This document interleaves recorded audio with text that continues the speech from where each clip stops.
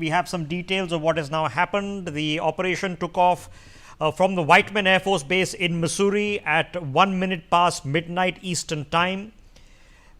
This involved B-2 bombers. The reason it involved B-2 bombers, which operated from the mainland United States of America, was because they were carrying the GPU-57, the massive ordnance penetrator, which weighs 13.5 tons and is 20 feet long. And only the B-2 bomber has the capacity of carrying this munition. The B-2 bombers flew from Missouri. They were refueled over the eastern seaboard of the United States of America, refueled again over the North Atlantic Ocean, then refueled again over the Mediterranean Sea before they crossed Israel, then flew over Jordan before crossing Iraq and entering Iran. The estimated time of entry into Iranian airspace was at 1800 hours Eastern Time. Iran is about 7.5 hours ahead. So that would be about 1:30 a.m. Iranian time was when the strike fleet entered Iranian airspace. They were joined at the Iraq-Iran border by the bomber support package, they are calling it.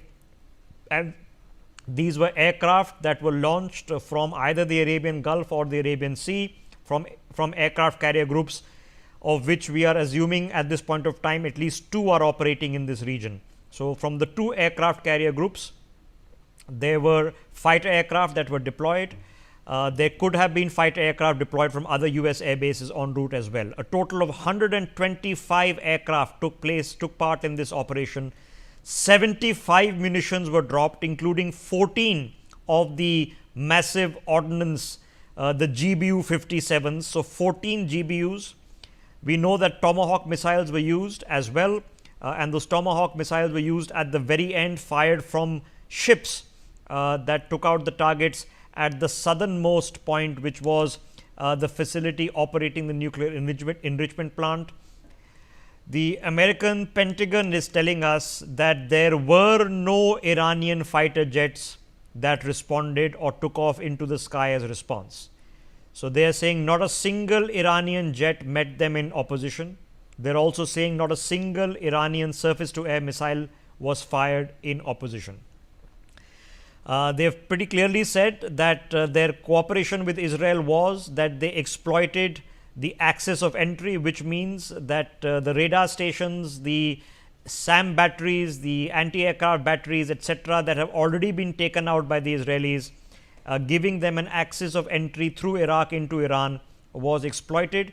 But beyond that, these were only American fighter aircraft that were involved. So, I repeat, 125 fighter aircraft flew into Iran.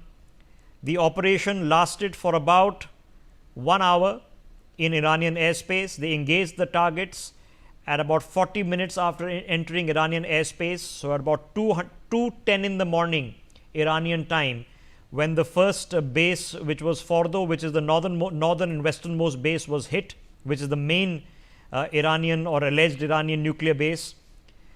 The operation lasted 20 minutes.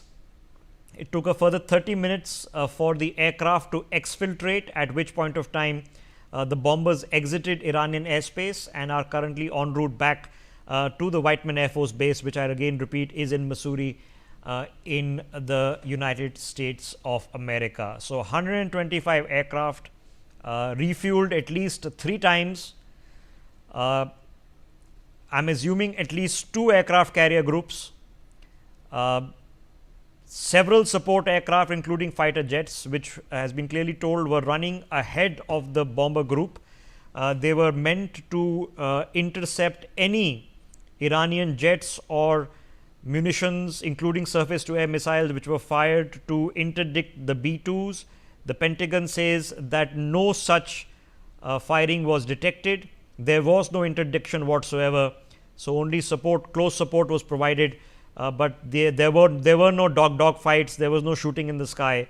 The B-2s came in and they went out without interdiction, is what is being claimed by the U.S. Pentagon. There is no reason to disbelieve them, because we have no reports of any American aircraft being engaged, damaged or destroyed at any point of time from the Iranians also. For more such videos, subscribe to the NewsX YouTube channel, hit the bell icon.